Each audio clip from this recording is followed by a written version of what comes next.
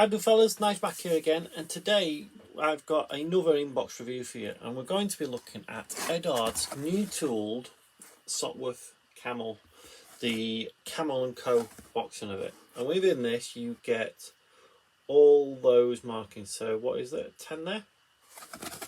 Box art is really lovely. This is a limited edition 1/48 kit. And I believe it's got some markings from Biggles. Okay, so the old famous comic. So what we'll do, we'll get straight into it and we'll have a look. So straight off, we've got a lovely looking booklet. Okay, this, I believe it is a dual combo, so you get two kits, two full kits within this. Okay, there we are, straight off, straight into the sprue map. Okay, and then we've got our colour callouts as normal, but I've just noticed they've added mission models paint within this. So we've got Aqueous, Mr. Colour and mission model paints. And then we go straight into the building, starting off with the seat, the fuel tank and the instrument panel. Moving on to what looks like the forward bulkhead, okay, where we've got another fuel tank, putting everything onto the frame. And obviously this is the internal, this is going to be wood, so it tells you there wood brown, when it's going to be aluminium, what sort of colour, the internals. And then we've got a part where we've got the forward guns, okay, and it says, as it says there, do not glue. I don't know why it's not gluing, but I'm sure we'll find that out when we come to build it. Moving on to the World War One radial engine, and we've got four different ones. We've got the Bentley engine, we've got the Clerget engine, we've got the Gnome engine, and we've got the Lerone engine, and for the different markings as well. We then got the different cowlings to go onto the different engines, which then fit onto the fuselage, and this top deck comes down. We then move on to the guns getting added to the actual aircraft, and looks like there may be two different versions of doing that. By looks for it, one with the windshield and one with a different type of forward sight. Then we move on to putting the tail control surfaces together. So we've got the tail planes, the tail fin, putting all the wings together. So we've got the lower wing and then the upper wing and all the struts going on. Building the undercarriage, okay, adding those and the propeller, and then looking at doing all the rigging for it. Okay, so all these blue lines are all where your rigging should be. Then you've got a mast set for the wheels and the windshield, and there we've got a completed rigging diagram where all they all go. And then we've got the colour callouts. Okay, so we've got Biggles, this lovely blue, bright yellow from March 1917. A second Biggles aircraft from summer 1918, a little bit more drab, should we say, because it's got the olive drab green and the sail colour on the wings. Then we've got Captain Clive Colliet from August 1917, the same olive drab type, or is it a brown? No, it's a brown colour with a sail on it. We've got Captain Hinchcliffe from March 1918, a really striking aircraft again with this blue and white stripe on the front end of the fuselage and on the upper fuselage and wings. So that's really striking. We've got Captain Brown from September 19, another mahogany coloured with the sail. Captain Harold Beamish, again a very striking colour with the colour out with this white on the fuselage and the blue tail and cowling. Then we've got Captain Henry Clay, Aero Squadron USAS. So this is American captain from October 1918. So just before the end of the war. And you can see, again, it's the olive drab side colour with the sail. And then we've got Captain Durban Victor Armstrong. France, it just says April. And we've got this lovely red colour. And then moving on to Captain Luxmore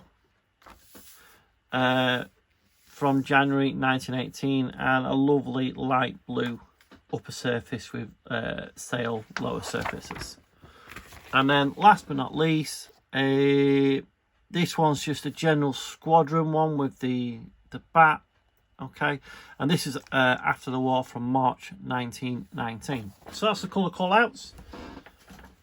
So we'll get into the plastic now. All comes in this one set, okay, and like I say, you get the two sets with this. So we'll open it up, and what I'll only do one. Okay, so we've got our clear parts. Okay, normal Eduard clear parts. I'm not going to get them out because there's hardly any there. Really nice and clear. Then we move on to the actual plastic itself. So like I said, there's going to be two of each of these. Okay, so we'll start off with the cowling and some of the control surfaces, and you can see some of the really hopefully nice detail on those cowlings, and the rib detail actually on the control surfaces. Upper panel for the, I believe that's the one of the panels for the upper fuselage. Some lovely detail on the wheels. Okay, so that's the front, really nice detail, and on the back there, the even, oh no, I was going to say, I thought the rudder pedals have got some patination on it, but no, it's just the plastic. But it all looks really fine, really nice detail overall. Next up, we have the engine sprue and some of the instrument panels. So the different engine types. Again, some lovely, nice detail on there. One of the fuel tanks, I believe, propellers, two different types. A few small bombs, look. Instrument panels. So again, some really nice detail, some nice detail on the engines themselves. And then the final plastic sprue is the two fuselage halves, the lower wings and the two upper wings. Again, some really nice detail. So we've got some nice, I won't call them rivets, that's probably nail detail because this bit's all wood. And then we've got the stitching actually on the fuselage, and some nice detail again on the actual wings themselves. No sink marks or anything like that to write home about that I can see, so I'll just put them out of the way. Next up, we have the photo etch, and obviously you get the two photo etch exactly the same. Normal Eduard photo etch. Okay, really nice and fine. Okay, a mask set. I'm not going to get actually, you're not going to be able to see anything. Die cut mask set, and then we move on to the decals. So we'll just get this one out. So we've got two sheets of decals in here. Get them both out so we can have a look at them. So this one here is for that one with the bat, the post-war one. Okay, all really nice register, really thin, and I believe these are the new type, so it'd be the case of watching out with the actual carry film. Okay, so you can just see those look really nice. And then next up we have